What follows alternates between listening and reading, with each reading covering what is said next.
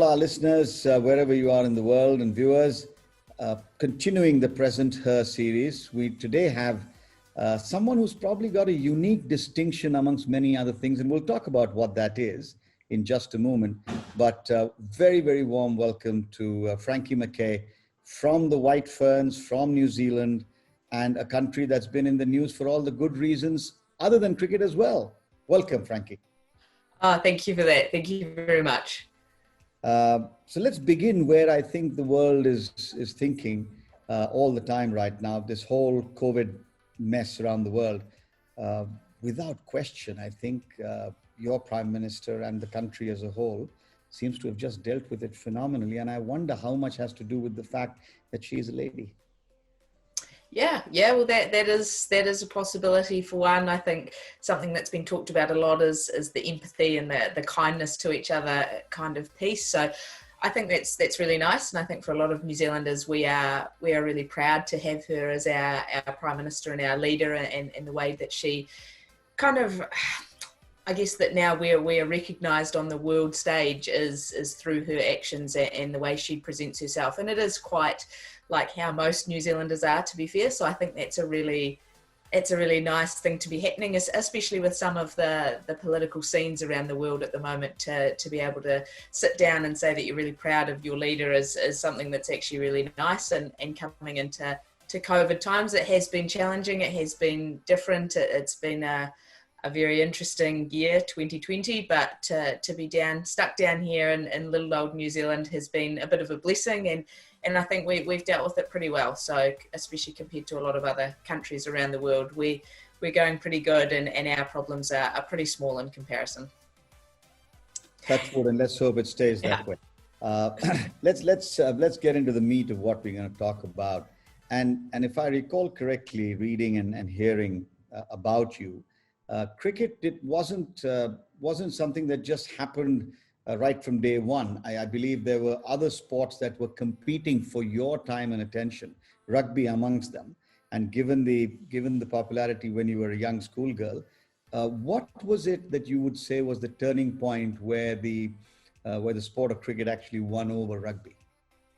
Yeah, I think it's pretty typical for a lot of New Zealanders. If you're into sport, you play all the sports you possibly can. Most kids have definitely got a winter code and a summer code, so you generally tend to get involved wherever possible. And it was just a little bit of the opportunities that presented themselves. There were probably cricket, you started to make rep teams a little bit earlier. There was a little bit more recognition for females who are playing and who are playing in either a girls team or a mixed team, or even if you were just the only girl in a team, there was still avenues to be recognised, I guess. And I suppose basketball was another sport that I was really into, and for me, I just didn't end up tall enough or fast enough for that sport, so that kind of twisted my arm a little bit. But with cricket, I just fell in love with it. Just fell in love with the nuances of the game, fell in love with the friendships that you make in it as well. The way it takes, sometimes you spend all day at cricket with each other. You have some good days and some bad days, and your teammates and your friends are what really tend to get you through. But yeah, it was just a sport that grabbed me. I loved the team aspect, but also the individual side of it as well, that you could spend a lot of time honing your craft, working really hard, and you wouldn't necessarily always get immediate results from that, but just the satisfaction of putting in that work, putting in that time, I guess, alone as well, to build up those skills, and then to be able to come together as a group and put it all together on the park. It's a pretty rewarding game for one. And yeah, I guess I just love all the ins and outs, all the good and bad that comes with cricket. It all just really appeals and just keeps me coming back. And when you got into sort of representative cricket, first at school, then whatever university or age group formats and so on, was it very early that you realized you were in fact going to be a White Fern, or was that something that you might have thought about but never really considered seriously? We have two kind of players, right? Some people just know it, and some don't. What category would you classify yourself in? I think I probably fall a little bit into both, to be really honest. I have this little piece of paper that I still have now, and I think I was 11 years old when I wrote down some goals and some things that I wanted to achieve year by year, and timelines that I hoped that I could achieve them by. And there's only a couple of things on that list that I haven't ticked off. So 11-year-old me was pretty on the ball. But I also don't think at that stage you do ever really think you're going to get to play for New Zealand. It seems like it would be something really nice to do, but it feels like it's a really, really long way away. So I guess the goal was always there. The desire was always there. I had a lot of coaches who would say things along the lines of, if you keep working hard, one day you'll play for New Zealand, you'll be good enough to play for New Zealand. So the carrot, I guess, was always there. It was always in the back of your mind that was something that I'd love to do. I was lucky enough to play club cricket and then move into Canterbury cricket with a lot of players who had played for New Zealand or had played international cricket. And so to be around them, and they were my idols and heroes and people I looked up to, and then to spend time with them and get to know them as people, I just thought, yeah, that'd be pretty cool to say that I'd get the chance to do that. So I don't think I ever assumed or knew that I would play international cricket, but it was definitely something that was a big driver and something I was really keen to do. So tell me, Frankie, as a young girl getting into this whole sort of, if you will, bubble or ethos of playing the game, and being able to play that with Canterbury, which on both the men's and the women's side has produced so many amazing cricketers for New Zealand. New Zealand's a small country in that sense, but if you were to sort of think about it, how big an impact does it make on a young player coming through to be able to actually be part of a team or an establishment which has these big names, these experienced people who can guide you, versus somebody, let's say in Australia, for example, which is such a large country, or India for that matter, in some obscure town somewhere. How big an impact is that to be able to rub shoulders, to be able to spend time and gain? Is it just sort of intimidating, or is it rewarding, or is it a mix of both? Definitely a mix of both. When I first was kind of breaking into the Canterbury team, there's a few nerves there when there are players that you used to go and sit in the stands and watch play, and then all of a sudden you're batting with them and they're setting your field, or you're having chats with them in the dressing room. So there's definitely, it's maybe not starstruck is the right word, but it can be a little bit, you kind of take a look around you and think, is this really happening? Am I lucky enough? Yeah. The pinch yourself moment. So it's a little bit like that, but it is also so useful too. And I think senior players have a really big part to play in it. And now I guess it's nice to get to the end of my career and be looking at how I can play that role for some young people coming through. I mean, at the moment in our Canterbury squad, I think we've probably got 5, 6, maybe 7 players who are still at high school. So to then, be 14 years on and thinking, heck, that's where I started off. What can I be contributing to them? How can I make it easier for them? How can I pass on all my knowledge? It's a nice place to be in. But yeah, I think when you first come in as a young player, it is hard, but when you have those good senior players, those international players that you can pick the brains of and just have cricket chats with, and even if it's not a conversation, even if it's just watching how they do things, watching how they train, getting an understanding of how they go about things, picking up little pieces here and there just from listening and watching and learning, I think is really valuable. But it's not just them. I think if you're in a small area, it's not just international players that can be really helpful. I think every cricketer who's gone on to play domestic or international level, they've all got someone who helped them out a lot, be it a sibling, a parent, an aunt, an uncle, or someone who was prepared to throw lots of balls, catch balls, put in that time and effort. A lot of people, it's a school teacher or a club coach from when they very first started out. It's someone that is prepared to, I guess, show a bit of faith, a little bit of belief, and just put that real time and attention and love into your game. And I think it's through those relationships that you actually start to realize what a wonderful sport it is, and it builds the confidence of young players, especially. It helps them develop into the people that they're going to become. It's some of those values things that come into it as well. And it's just I think cricket's a sport, once you get the love of it, you're hooked, you're in it. It takes up a lot of time and a lot of energy, and sometimes you have days or seasons even where you think, why do I do this? I can't score a run, I can't take a wicket, I'm in a really lean patch. But there's always something, a little moment, one shot, one performance, and it just keeps you coming back, and all of a sudden that spark goes again, and you're back just loving every minute of it. And so I think, as a youngster, as soon as you get someone who's prepared to give you some time, some effort, some love, some care, that just brings you into the sport and just keeps you going. It certainly does. You made the transition from playing for Canterbury into playing for New Zealand fairly quickly, one would say. And then you had fairly soon after that the opportunity of the T20 World Cup in Sri Lanka, then the 50-over World Cup in India. Now, I don't know about whether you'd sort of been able to travel out earlier and really go out and sort of explore these countries. I'm sure you did a lot of that with Australia and maybe even England, I'm not sure. But was there a certain mental adjustment that was necessary as you came into these environments, even though you were playing with your own mates? But was it the crowds, was it the food, the environment, the weather? Did any of that was that factored into your planning as you went into these international multilateral tournaments, the T20 or the 50-over World Cup? Yeah, I think when you first come into international cricket, you make your debut, it is very different. I think you can't ever quite be 100% prepared for that, because the jump in the standard is huge, and I think that's probably the same across all countries around the world. But especially when I made my debut, it felt like a really large jump.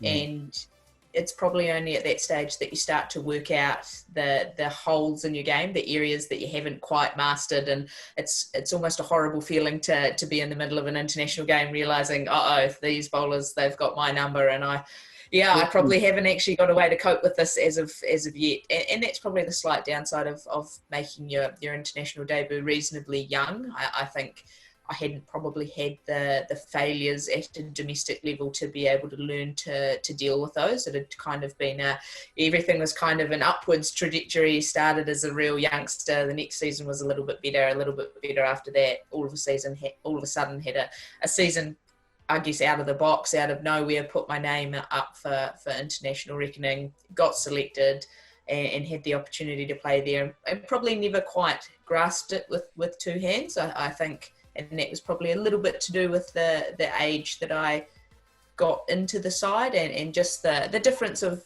going from Canterbury, where you know all the players, you've got those really good relationships, you know everyone wants you to be successful, to all of a sudden, yes, you're playing for New Zealand, it's everyone's goal, but you know that there's 3 or 4 people that want your spot, and you're the same when you're out of the team. Yeah, you want the team to win, but maybe you wouldn't mind it if a couple of people missed out on some runs, and then it meant you got an opportunity a bit later on. So that was probably the thing that I struggled with probably the most. But we definitely, for heading to Sri Lanka for that first T20 World Cup, we were lucky enough, we took a group, I think probably close to 20 players over there for 2 weeks, a month before the tournament, and that was our first opportunity to I guess sample what it was going to be like, and that was really valuable. So we'd worked out the hotels we were going to stay in, the food that you could eat or couldn't be eating, how you were going to deal with the heat, how you were going to deal with the sweating, bowling with a wet ball, all that kind of stuff. It was good to tick that off beforehand, so I wasn't trying to do that in the middle of a T20 World Cup. And I think for me, that's probably the most prepared I've ever been for a tournament, was heading into that set. I probably was on the outside of the squad looking in for a wee while with the T20 format. It wasn't my preferred format. So I know we worked tirelessly over the winter here. We were trying to replicate hot conditions. We had heaters on. We were training in 4 or 5 jerseys, and we had people, whenever they went out running, they had cut out rubbish bags that they could wear under their clothes to simulate the sweating. And so we were doing everything we possibly could to be ready for that tournament coming out of a New Zealand winter. And that was almost a shock as well when we got there and we lost in the semi-finals. And for a young cricketer, that was probably the first moment of, but we did everything right. We ticked every box. We trained harder than we ever had. We were fitter than we'd ever been. We knew our game so well. We had all the skills to do it. And then come semi-final time, we didn't do it. We lost pretty heavily to England. And then you kind of sit there and go, well, how do I do it again? And in 6 months' time, we've got another World Cup coming up. How do you get yourself mentally prepared to go again if the best effort we could possibly give meant we only got to semi-finals? So that was a tough patch to cricket, but I mean, the experiences and some of the off-field stuff, yeah, we didn't win a World Cup, but there's some pretty lasting memories there that when the group gets back together, oh, remember when we did this, remember when we went here, remember when we went on this team excursion. So lots and lots of good memories for it, but a little bit of sadness and regret that we had a really strong side. We'd done all the work and we just couldn't, when it came to those knockout games, we just couldn't get it together. Well, but that's international sport, isn't it? I mean, you are preparing absolutely every possible way. So is everybody else. But in a lighter vein and on some off-field stuff, are you a fan of seafood at all? Did you get stuck into the Sri Lankan crab, for example? Is that something that you liked? We did have one night out there. Yeah, we were quite. We had a lovely night out there. We also had another lovely night out at the Lighthouse restaurant, which was fantastic. So we definitely tried to branch out. We were recommended, where possible, to go vegetarian, which was quite a change for a lot of the side who have probably grown up eating meat and 3 vegetables as a very standard Kiwi diet, especially for people 10, 15 years ago when we were kids. But yeah, it was, oh look, Sri Lanka and India, they've been my 2 favorite places that I have toured. Just the culture and the people and the excitement around the cricket and just how friendly and welcoming, and I suppose just how different it is from New Zealand as well. It really is. It's not just jumping across to Australia, which is just a slightly warmer New Zealand, or heading over to England where it is very, very similar to home. It was just, especially as a young cricketer wanting to make their mark in the game, to head over to Sri Lanka and India just was so amazing. They have been absolutely my favourite places to tour, and I would love to go back. I would absolutely love to, and even just the fact we'd turn up to a net session and there'd be 20 or 30 people waiting to net bowl, and we think, well, this is a bit of all right. The batsmen definitely, we'd bat for hours and hours, and even back home you'd struggle to get 4 or 5 net bowlers coming along. So to have that, and I guess we are talking 7-8 years ago, and the women's game probably hadn't really kicked off like it has now. It didn't have the exposure the same. So we were turning up to some matches and having 5,000-10,000 people there to watch a game, and that even felt like a bit of a shock. So the change that's happened from then to, I mean, just recently 87,000 people at the MCG, it shows how quickly the game has moved on. But yeah, it's definitely been incredible to be part of, and it's a wonderful place in the world to tour as well. Digress just for a second based on your reference to the T20 World Cup in Australia. Clearly, the journey which may have started during that 11-12 era, now getting to this sort of peak or current peak, and then this whole dampener of COVID, the inevitable results of it, postponement of tours, cancellation of some bilateral cricket, etc., etc. There's a lot of concern being expressed by a lot of the cricket administrators, as well as former women players, broadcasters, etc., about what it'll take and how long it'll take to kickstart and get back that momentum, because it was almost as if the women's game had built up that head of steam and was now ready to sort of punch on, and suddenly you had a valve open and all the steam gone off. What's your perspective? How hard will it be, and what should we be looking to do as a broader cricketing community, if you will? Yeah, cool. Yeah, absolutely. Yeah, I think that question is very accurate in the way you put it. I think it's there was so much momentum build up. So the way the game had been put forward on a global scale to everyone out there, Katy Perry at the final, the two heavyweights of Aussie and India going head to head. And I think it's a real shame. It's a shame that there wasn't cricket straight after that to build on that momentum. I think really promising signs now with Australia and New Zealand about to play each other at Allan Border field. I think that's really great to get 6 games in at one venue. It's probably the cheapest way to do things as well, which is nice. But West Indies, England too, getting a series going. But yeah, it feels like it really does. It feels like momentum's been lost. It feels like there's a danger that there's possibly the financial side of it is going to come into it, and it's going to mean that yes, there'll be less men's cricket as well, but possibly women's cricket, it just becomes, it's not as viable to be holding, that boards might be making a loss. There are cricket boards as well around the world that aren't making as much money, as they're not all equal. Yeah, I'm hopeful that boards do really try and think, how can we get the women involved? How can we hold these series? How can we keep building on this momentum? Because it is half the population. It's a chance to get a lot more people involved. Definitely, and I think it's going to be a big challenge. It's great to see, for example, Austria and Germany playing in Europe. Fantastic, but we have to get also the, as you mentioned, teams like Thailand, which made such a big leap and were such a revelation at the World Cup, to be able to play more. Bangladesh, even the men's game suffers, and they really need that support. So hopefully someone's listening to what we're saying, and maybe they will pay some heed. Coming to the sort of point you were making earlier about, now that I'm at the end of my career, that might be debatable, isn't it, Frankie? I mean, look, in the women's game, because of the way it's structured, because of the way it is, there aren't too many ladies who've actually, let's say, lost their place in this international side or the national side, and then after a period of as long as 5 years, have come, not just come back, have come storming back. I mean, just broke down the door, right? With sheer weight of performance. Why do you say it's going to be the end? I mean, I know you've had your share of injuries, and I don't want to spend time reliving that with you. But why do you think that it is time for you maybe not to be? You're certainly available, and if you're fit, which you will be, as you were saying, why do you say it's the end?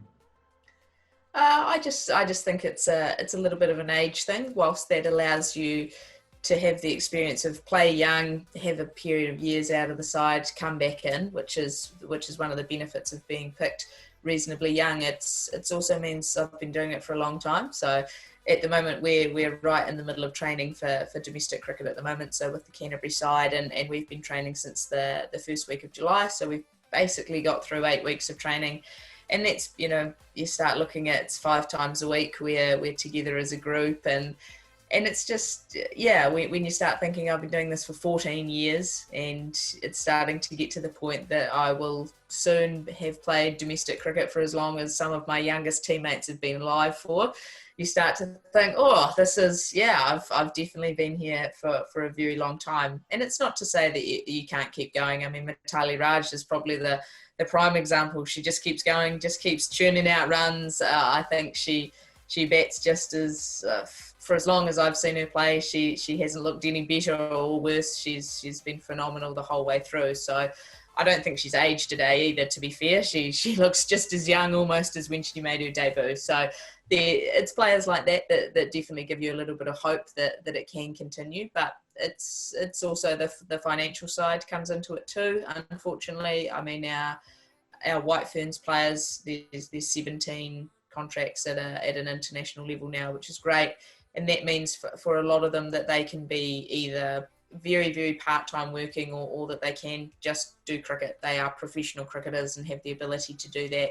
And the difference between a contract of 30 to 50,000 New Zealand dollars to a domestic contract, which is 3,000, is just that's essentially just, yeah, it's just paying your petrol money, essentially. It's right. Not even covering your costs for a season. So whilst I definitely don't play cricket for the money, you also start getting to a point that you start thinking, oh, I can't probably put off being a proper adult for too much longer, and I've got to be earning a bit of money. But the injury side comes into it as well. I mean, the body probably feels a bit older than the mind does at the moment, and that gets hard as well when it feels like you're kind of constantly on the rehab kind of train. It's you get through a season and then ankle injury, surgery, rehab for that, you come back, it's like, oh, you pick up another niggle, we rehab for that. So that gets a little tiring as well, and I just think probably with where I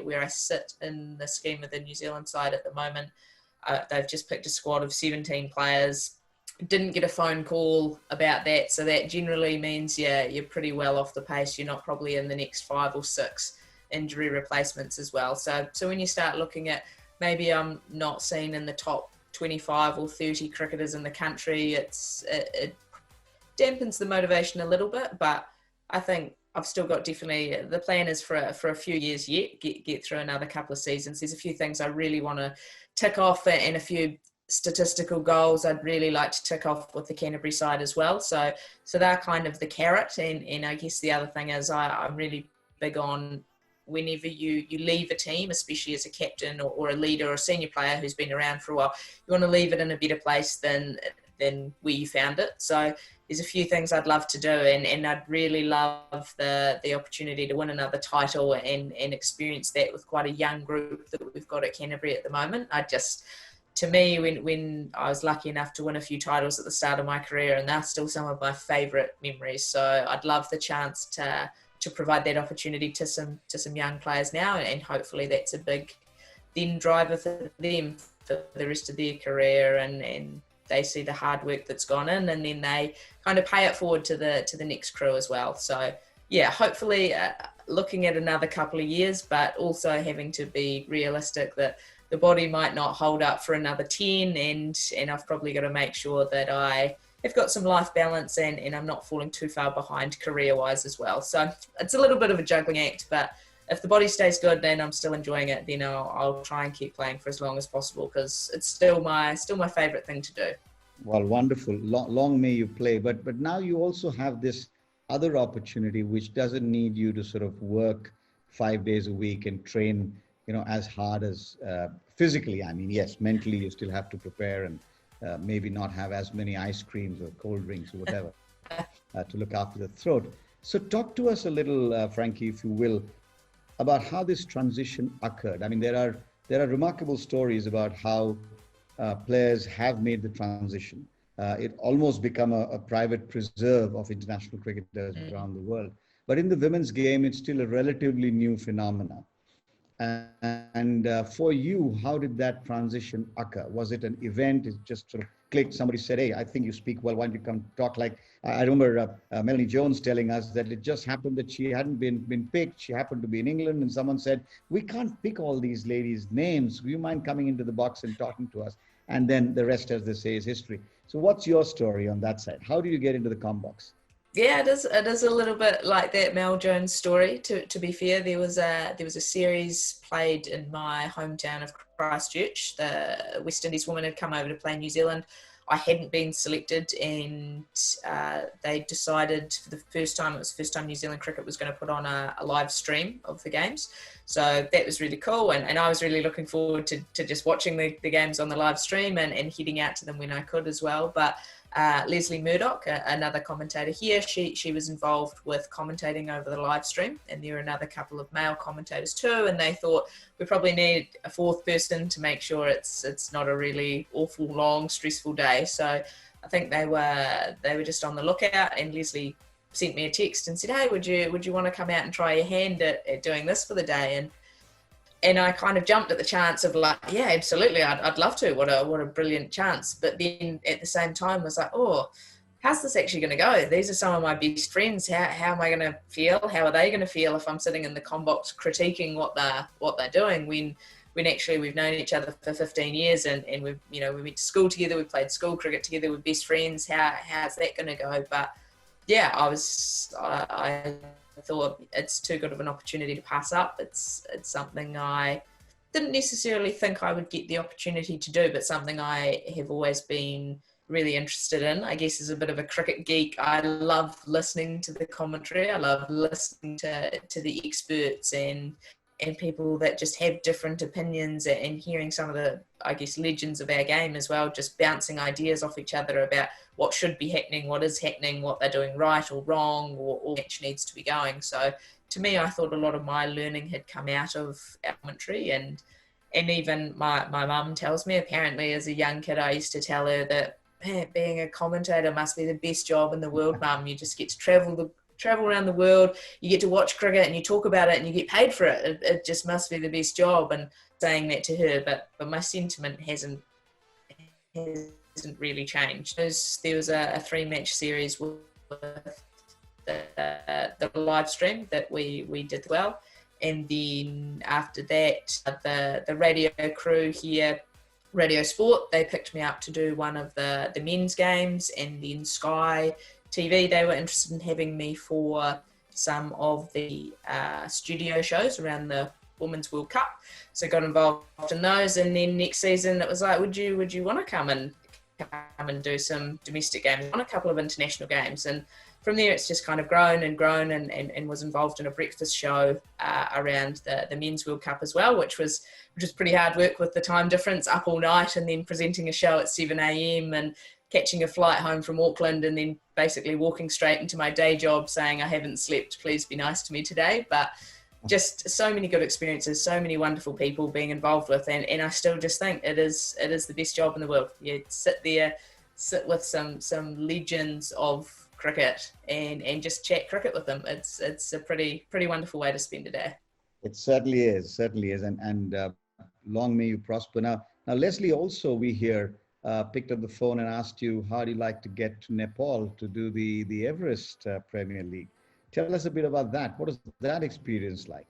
Yeah, that definitely was an experience. So a little bit of fake it till you make it at that stage. I'd only done a few of the live stream games and the radio. I hadn't yet done anything for TV, and then the Everest Premier League, they were asking around, and Mel initially asked Leslie, and Leslie thought, no, I can't go. I don't have any time. I'm busy with a few other things. And she said, hey, do you want to go to Nepal? And I thought, why not? Yeah, let's say yes. So I had no real idea what I was walking into, but again, just this, just a joy about cricket over there that was just so infectious, that you turn up to the ground and there's 20,000 people crammed in there, and it was just this wonderful spectacle of cricket. I mean, you would turn up to the ground at 8 o'clock in the morning ahead of a 9 o'clock start, and the ground's iced over because it's been that cold overnight. So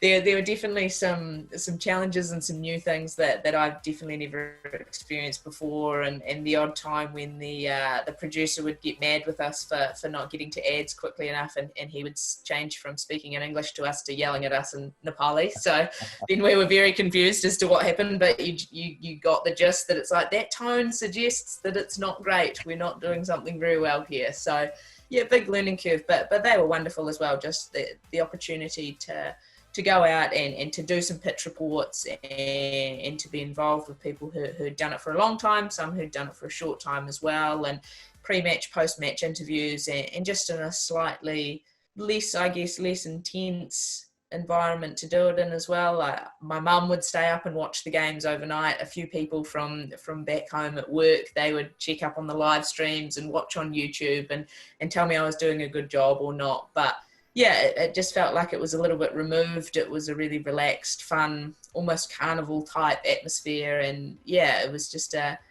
brilliant thing to be involved in. I really hope that when that gets off the ground again, they have the opportunity to run that again, that I can get back over there, because again, just such a wonderful country, and would love the chance to go and actually do a bit of sightseeing as well, rather than fly in and just chat cricket and then head out. I think I played a couple of games here in New Zealand. The game finished up at 6 o'clock at night, and I was on the 10 p.m. flight out of New Zealand to get over there. And then the same thing flying back. I actually left before the finals, which was a little bit disappointing, but it did mean that I could fly back. And I think I had maybe 18, maybe 24 hours between getting off a plane and then playing the next domestic game as well. So it was a nice wee window, but it didn't leave much time for anything else other than cricket, which was a bit of a shame, but still a wonderful trip. I now want to come to the part where I think you are probably the only person I know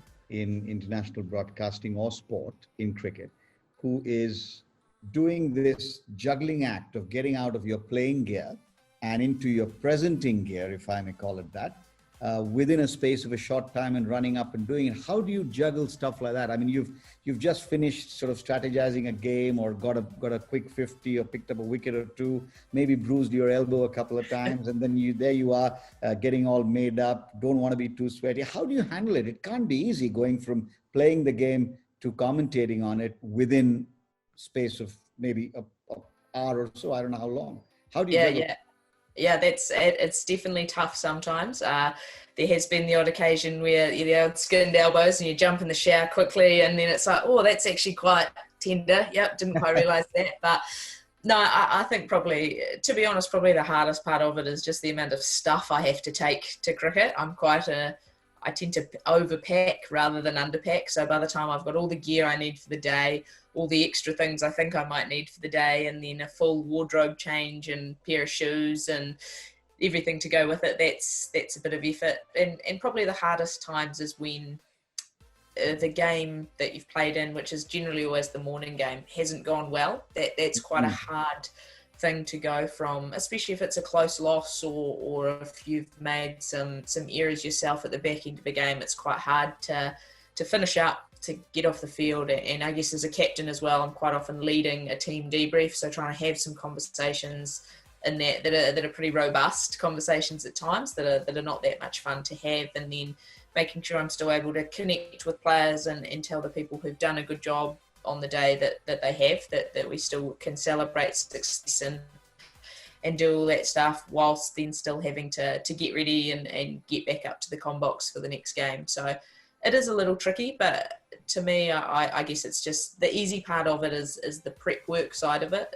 It's that, I guess, maybe from being a cricketer, maybe just the fact that I'm a bit of a cricket geek, a stats geek, to have some knowledge about all the players, be they women or men, doesn't actually feel like it's arduous, doesn't feel like work. It's still very interesting and fun to sit down and look over some video footage and to make some notes and to have some ideas about techniques and things that you are wanting to delve into a little bit more, and possibly key matchups for the games as well. So that's kind of the easy part, is getting that all done beforehand, and the hard part is just the ability to finish a game, maybe be really, really, really absolutely disappointed, put a change of clothes on, head upstairs, and then the first time you pick up a microphone, it's making sure that doesn't come through in your voice.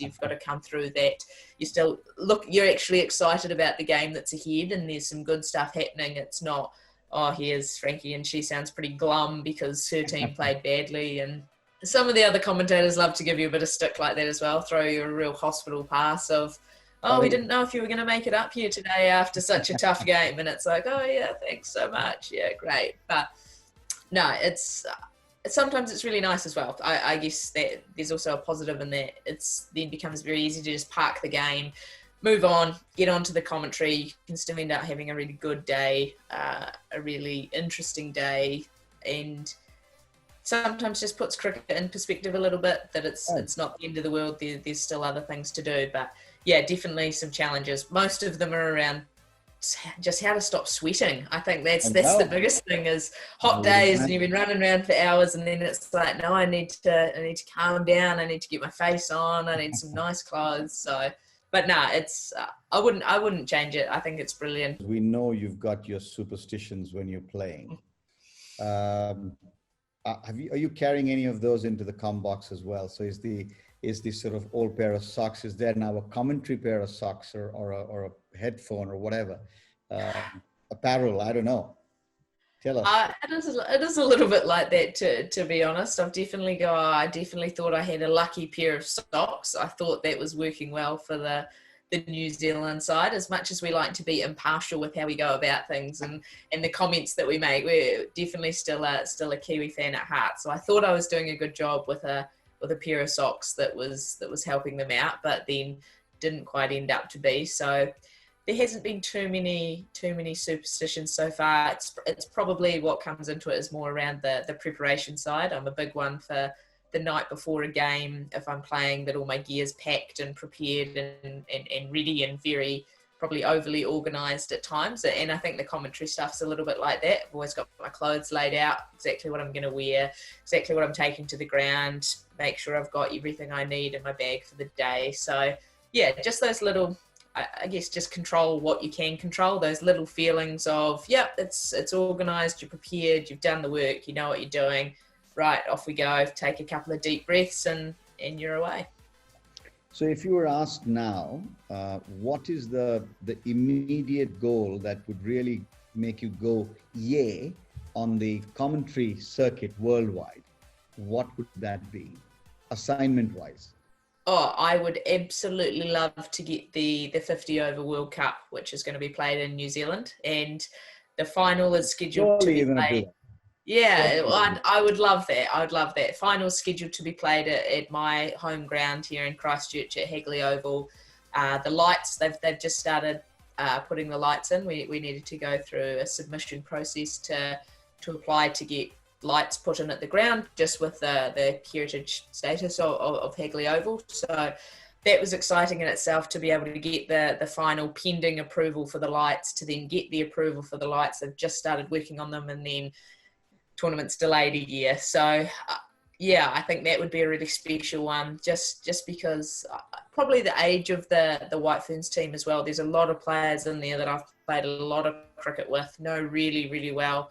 Would love to see them make a final. It's been a long time since the New Zealand side's been in a final, so would love them to have the chance to do that at home. I mean, the last time we had a home Women's World Cup, we won it back in 2000, so that's some good vibes there. And yeah, I would love the opportunity to be standing there, final, my home ground, some of my best friends there as well, and being able to talk about the day. So yeah, I would add, that's probably the big goal. But look, you start looking at lots of other tournaments. I mean, IPL, women's IPL, who wouldn't want to be involved in that? It's, biggest party in cricket is the tagline. So that's all those kind of things. Just I'd love to be involved in any big tournament where the women are being promoted on a global stage. Absolutely, that's brilliantly put, Frankie. And you know that Yash, who runs Women's Cricket Zone, and all his colleagues, Aranya and all these other folks, I think they're doing a phenomenal job, because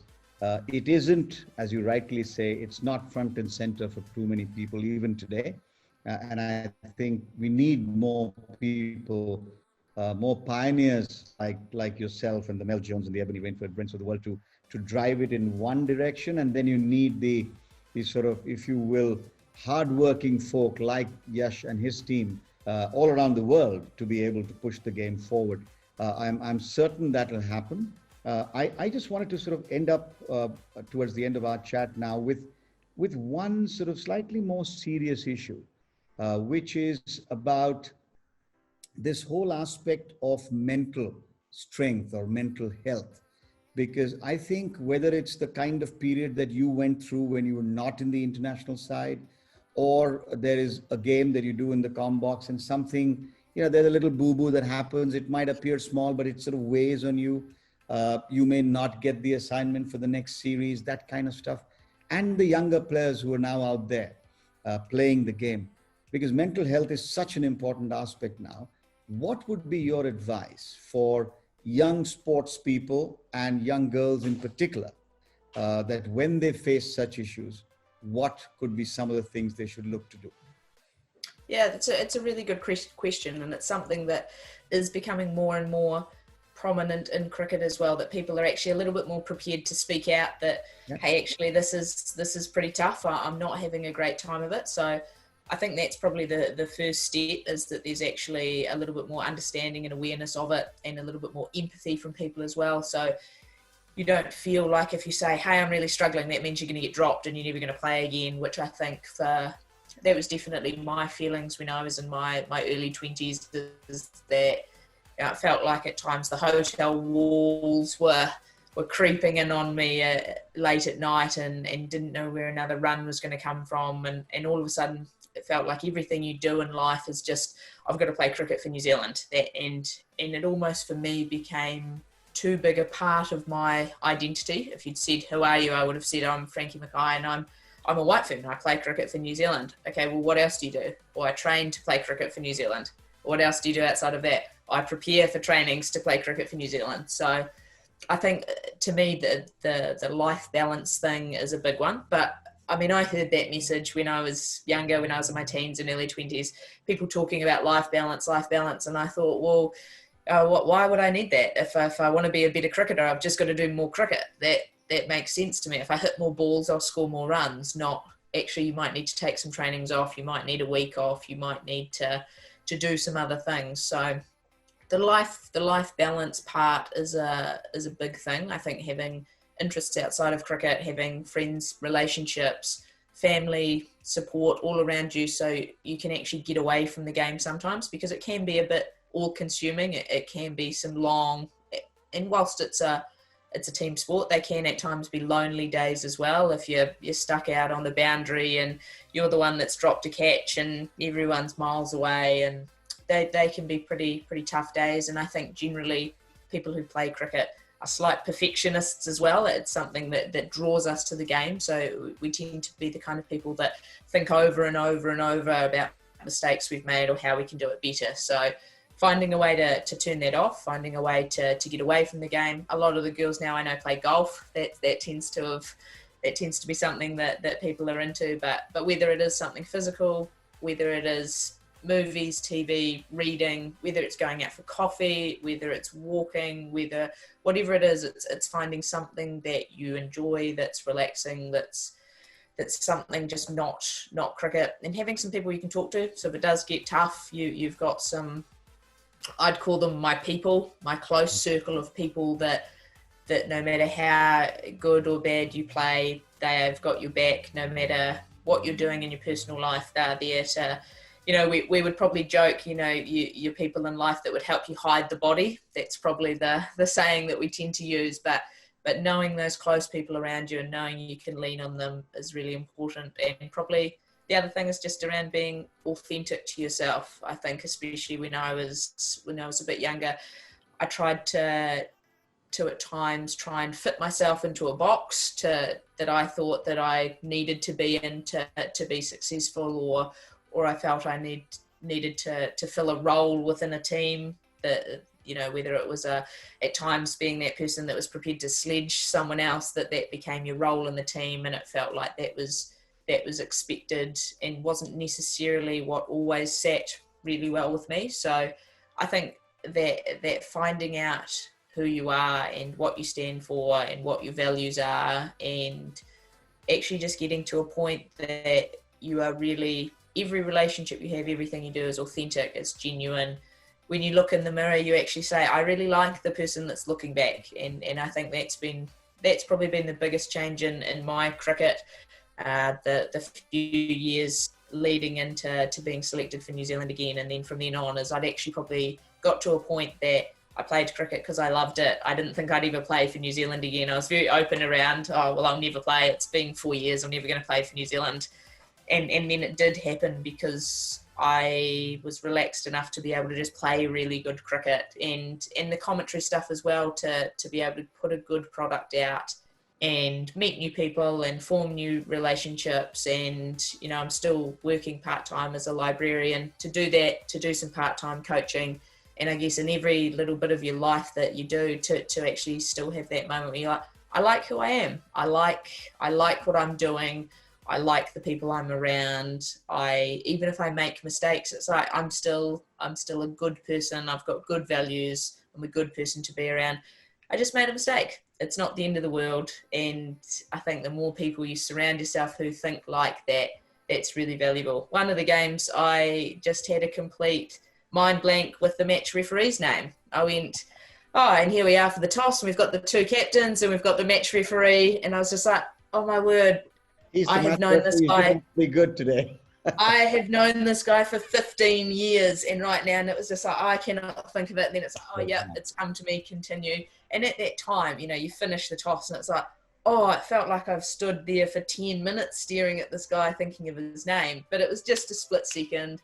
And all it took was the guys in the comm box to be like, ha, forgot his name. Ha, ha, ha, have a laugh about it. And then we've all done it. We've all had a moment like that at some stage. And you just go, oh, okay. Yeah, these people accept me.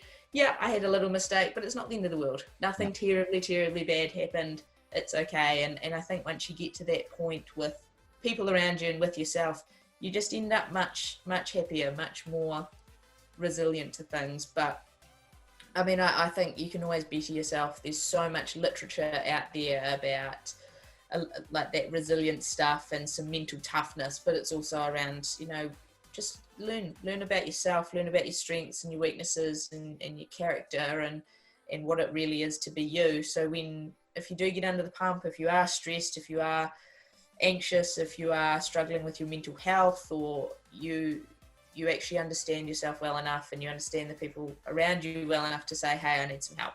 And it's surprising the amount of times when you actually say to people, I need some help, the amount of people who are actually willing to do it. Because, oh, yes.